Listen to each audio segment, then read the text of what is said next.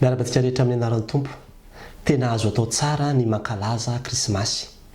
Izay indray no fampianarana hoentina amintsika amin'ity vidéo manaraka ity ary antony telo no arosoko antsika mba tonga antsika hitoy hatrany tsy ampisalasalana hankalaza io fotoan-dehibe ho antsika kristianina io. Mialohan'ny resahako an'izany anefa dia misy fanamariana fohy izay tiako resahana amintsika. Voalohany teny hoe tsy natao an'ny olona rationnel ny fivavahana kristianina. Ny olona rationnel dia ireo olona izay tsy mety mino raha tsy misy proof, raha tsy nahita maso, raha tsy mahalala hoe izao mihitsy ny exact mihitsy hoe izao mihitsy ny zavatra tena niseho izay izy vao mino. Tsy mety ho an'ny olona ohatran'izany. Tsisy proof fa ny fivavahana kristianina dia fivavahana basé amina finoana fotsiny. Finoana fotsiny daholo ny zavatra rehetra hoe mino izay fa izay dia izay.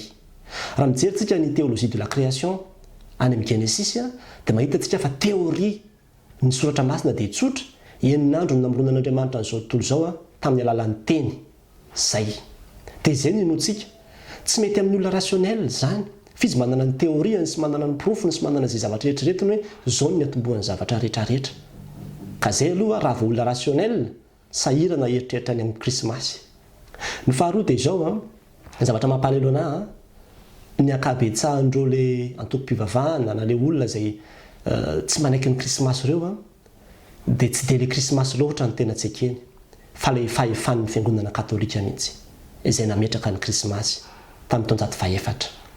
Ireo le fiangonana roa amin'ny ankapobeny dia le fiangonana izay midiabolize ny fiangonana katolika amin'ny fampianarana izay ataony. Anika ninona zavatra avy amin'ny fiangonana katolika dia fa zavatra avy amin'ny diabla ny fieritreretany azy. Ka tsy kely mihitsy ny fahefan'ny fiangonana tamin'izany hoe taonjato fahaefatra izany. Ary izay nanisany mahatonga an'izareo mi-avancer ireo le karazana proof samihafa amin'ny hoe izao no tsy mahizy ny fankalazana izany krismasy izany. Izandro any tehiteny amintsika kristiana aza misalasala ianao fa tena zavatra azo atao tsara izany. Inona ny antony voalohany? Dia izao ara-tsoratra masina mihitsy ny fankalazana ny nahaterahany mpamonjy. Jerefy tsara ny any amin'ny Matthieu hoe tantaran'ny fahaterahany mpamonjy fa nisy andreo Magdela izay tonga tamin'io andro io ny ankohaka dia nitondra fanomezana. Efa azo atao hoe fankalazana ny fahaterahany mpamonjy izany. Tonga koa any amin'ny Lioka toko faharoa dia misy andreo le mpiandry-ondry izay lazan'ny anjely ny vaovao mahafaly fa mpamonjy niteraka aminareo anio io le daty nahaterahany io anio fa tsy fantatra moa satria tsy voasoratra le izy io le mpamonjy niteraka aminareo anio. Ny dikan'izany dia izao laza reo mpiandry-ondreo nandeha nitady an'izany toerana izany dia nandeha nankalaza an'Andriamanitra dia nisaotra an'Andriamanitra dia faly indrindra tamin'izany andro izany. Ary tamin'ny fotoany koa dia nisy ny anjely izay niseho dia nankalaza an'Andriamanitra voninahitra ho any an-danitra ho an'Andriamanitra any amin'ny avo indrindra ary fiadanana hoe ety ambony tany ho an'ny olona ankasitrahany. Efa fankalazana krismasy daholo izany rehetrarehetra izany. Tsy zava-baovao amin'ny kristianina ny fankalazana krismasy fa voasoratra anatin'ny soratra masina fa nisy olona samihafa na ny ety an-tany an-danitra na ny ety ambony tany mba samy nankalaza sy nifaly tamin'izany andro izany daholo. Ny faharoa dia izao tsy ny datin'andro ny zava-dehibe fa le fankalazana. Amin'ny fivavahana kristianina dia tsy le daty ny zava-dehibe. Io daty io ane mety iovy io ary olombelona ane nametraka ny calendrier io e. Raha mijery zao ny arménianina 6 janvier ny krismasy ny antsika kristianina sasany 25 décembre ny krismasyntsika. Tsy any amin'ile daty ny olana fa any amin'ile hoe andro ankalazantsika dia nahaterahan'ny mpamonjy. Jerefy tsara ny Paska ny Paska dia miovaova ohatrany hoe andro samihafa izany nahafatesan'i Jesosy tsy andro samihafa mihitsy ny nahafatesany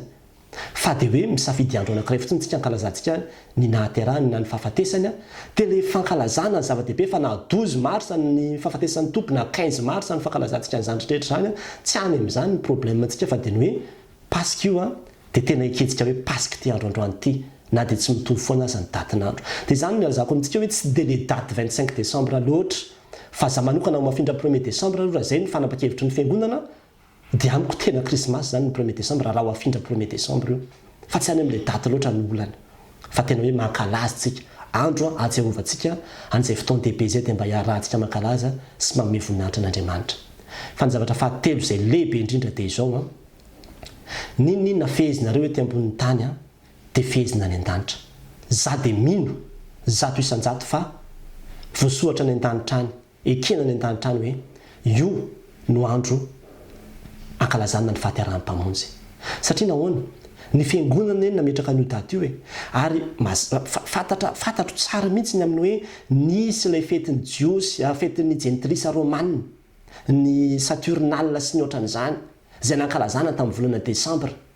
fa inona moa ny antony nahatonga ny fiangonana ny safidy an'io daty io ndao apetrakantsika ty daty ty ankalazana ny fahateran'ny mpamonjy nisy antony be deaibe tao anisany fotsiny ohatra zay ho teneniko amintsika eto ny hoe mba nisy saina nyeritreritra ihany tao fa tsy de hoe anaonao fahatany na anaonao foana fa mba nisy saina nyeritreritra ihany tao satria volana marsa ny voasohatra zany de araky ny calendrier sy ny rehetrarehetra amin'ny hoe taony ny fotoana nentina hafatesan'ny tompo ny dikan'izay zany de zao raha manisy atsika marsa de hoe avril mai juin juillet août septembre octobre novembre décembre 6 volana zay 6 volana no fotoana ahaterahan'ny olona anankiray anisany zany théorie ny stratégie nametrahana an'izy tao fa tena stratégie be koa satria tamin'izany fotoana zany le jentrisa le resahan'ny olona hoe nankalaza fety tamin'ny volana décembre io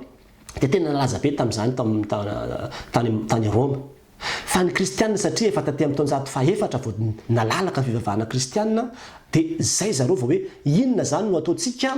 mba hanindritsika nyty fetiny reto jentrisa reto ty mba hametsika zavatra hoe ny olona zany lasa makany am'le fety jentrisa foana izy na de kristianina de hoe andaotsika ametraka mihitsy fety anankiray zay fety kristianina mba hahatokany olona ankalaza tsy ankalaza tsony ny ty lay hoe fetiny jentrisa ty fa lay fety kristianina de zay le hoe fetiny fahateran'ny mpamonjy zay koa zany napetraka nisy antony be deaibe fa tsy nanao foana akory ny fiangonana raha nametraka an'io daty hoe andao apetrakatsika ny 25 décembre ary mbola misy antony maro ankoatran'izay ihany koa nahatonga an'le izy fa de zao minotsika ny tenin'Andriamanitra minotsika ny fahefan'ny fiangonana ary manaiky tsika ny amin'ny hoe na inona fehezina ety ambony tany zavatra zay tsy mifanohatra amin'ny sitrapon'Andriamanitra de fehezina ny an-danitra any ninona na inona ka rehefa eken'ny fiangonana io androany fa rehefa ivory koa ny fiangonana rapitso manao hoe andao vahana indray le 25 fa andao ataontsika 8 décembre indray zay indray no ekentsika de miteny aminareo fa eken'Andriamanitra koa zay rehefa zay ny fehetsika aty ambony tany raha tsy mifanohatra amin'ny sitrapon'Andriamanitra ka inona moa no mifanohatra amin'ny sitrapon'Andriamanitra ny hoe handeha hidera sy amin'ny voninahitra n'Andriamanitra ankalaza ny fahaterahany inona moa no mifanohatra amin'ny sitrapon'Andriamanitra amin'izany ny olana fotsiny ny sasany de hoe le ny eviny mihitsy tsy le ny eviny loatra ny olana fa be deaibe koa na ny fomba malagasy ara fomba jentrisa zay mbola tazomintsika kristianina satria tsy mifanohatra amin'ny tenin'Andriamanitra ka tsy any amin'izany tsony ny olana ary zay mahatonga ny teny manao hoe indraindray le fiangonana katolika mihitsy no tsy eken'ny olona ny fahefany any ka tsy eken'izay rehetrarehetra natao tao tanatin'izany rehetrarehetra zany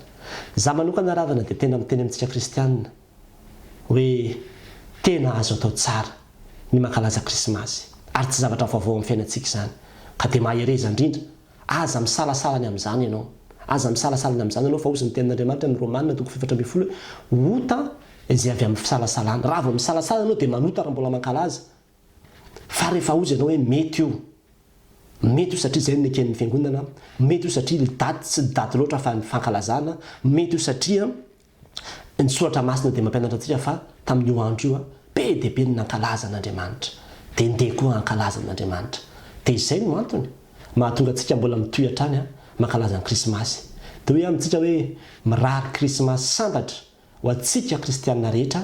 ary aza misalasala fa de mifalia fa ozy ny tenin'Andriamanitra hoe vaovao mafaly teny soa mafaly